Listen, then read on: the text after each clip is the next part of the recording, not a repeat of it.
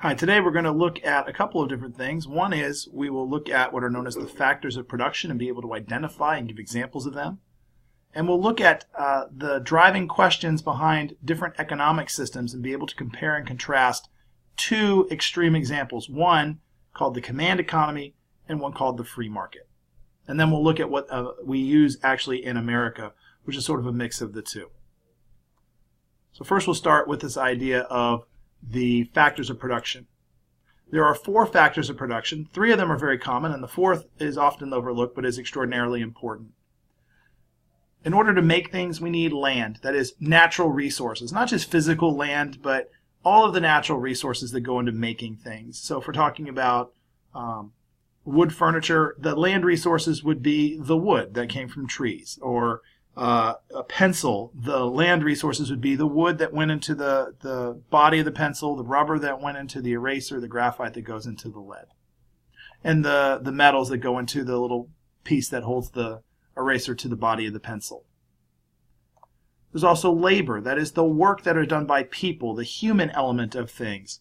We need workers in order to make things. We also need capital, typically the tools that are used in production, that is the machinery and things like that. So again, if we're talking about something like furniture, then the capital might be the saws and the planers and the sanders that go into the making of the furniture, or the hammers or the screwdrivers that we use to attach the pieces together.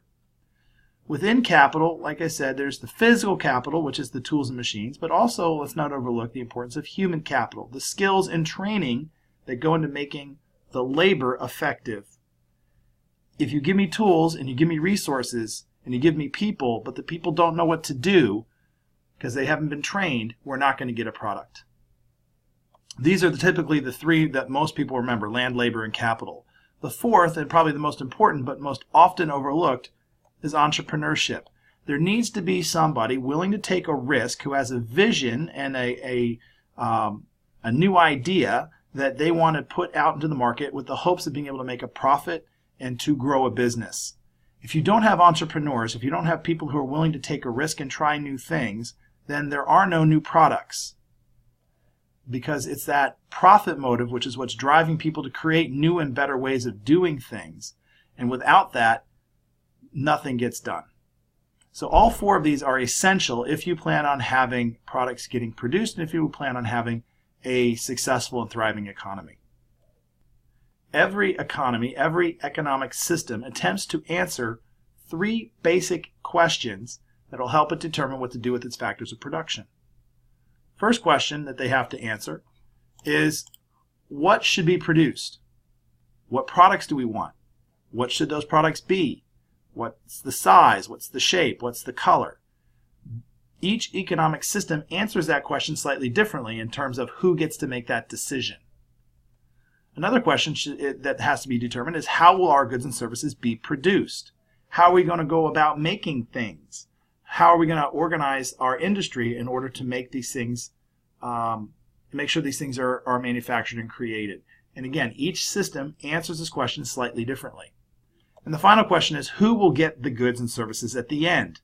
When we make things, how do we decide how these products will be distributed? Command economies have one answer, free markets have another. In class, we did a simulation looking at the making of bracelets and paid people based on the number of bracelets they created in terms of pieces of candy. We found that in the command economy, they were required to make bracelets that were 2 inches by 8.5 inches in length. They would get paid 1 piece of candy for every 6 bracelets produced.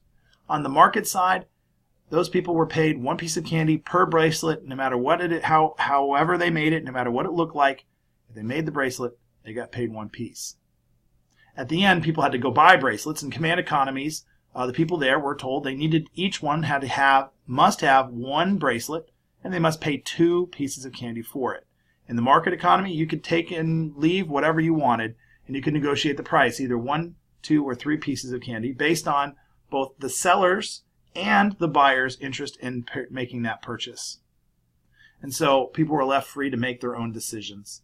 And as a result of that process, we had a good conversation about what we learned, and we were able to summarize some important aspects of both the command economy and the market economy.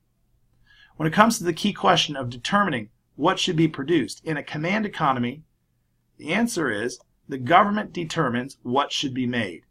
In this simulation, I told them that they needed to make 2-inch by 8.5-inch long bracelets. That's what they needed to make. No decoration, no embellishments, no changes in size.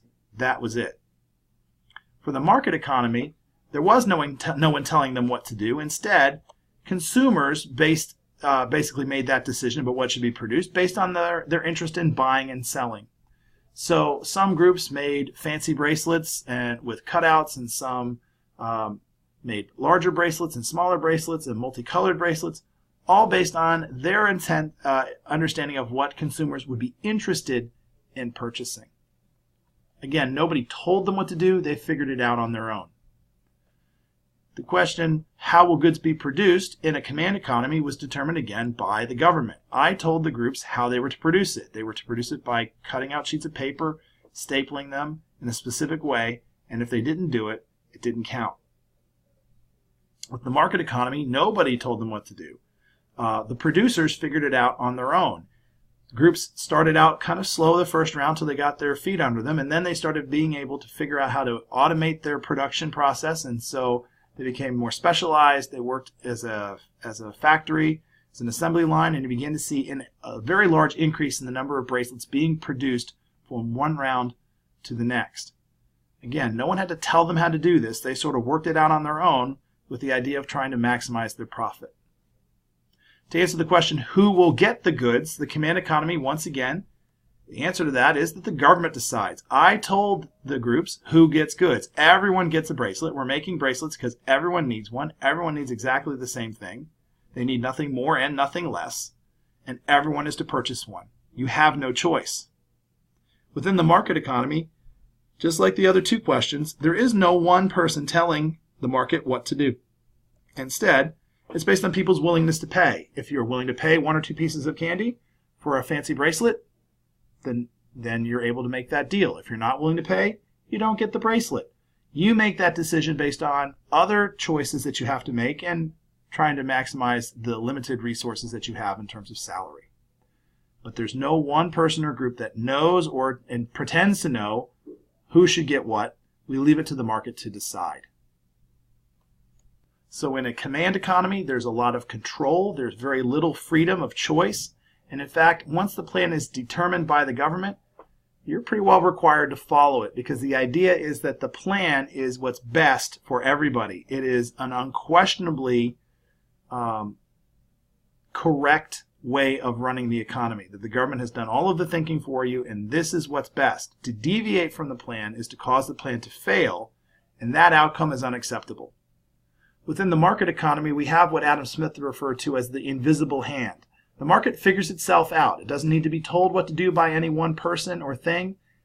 Because of the price system and based on people's desire for profit, the market figures out what the appropriate price ought to be and the appropriate quantity of goods and the styles of goods based on what people want. And as if directed by an invisible hand, the market will figure out the best outcome, and that's where we'll be. So those are sort of your two extreme examples. The reality is that in America today, we are a mixed economy. We have a lot of elements of a free market where people are free to choose what they want and how they want to make it. Profit drives decisions within the market, but there is still some government regulation. There's certain things that you cannot make. There's certain rules and regulations about how you may make certain items based on safety, based on environmental concerns. And so there is no clear 100% free market here in America, but there is a lot of free market, but there are still some elements of that command economy as well. Generally speaking, what we find, though, is that the more free markets are, the wealthier nations tend to be. The less freedom, the more controlled, the less wealthy countries are. And you can look at some data points. You can look at countries like North Korea or Soviet Russia or Venezuela currently or Cuba currently, in which there's very little economic freedom and profound poverty. Even in countries like Venezuela, where there's all sorts of natural resources that should make them rich, they're very, very poor. in large part because their economy is increasingly controlled by the government. Whereas you'll find other countries where there's lots of freedom, the United States, England, Australia, where there's less government control, there's more market forces at work, and those countries tend to be much more wealthy than those that have control.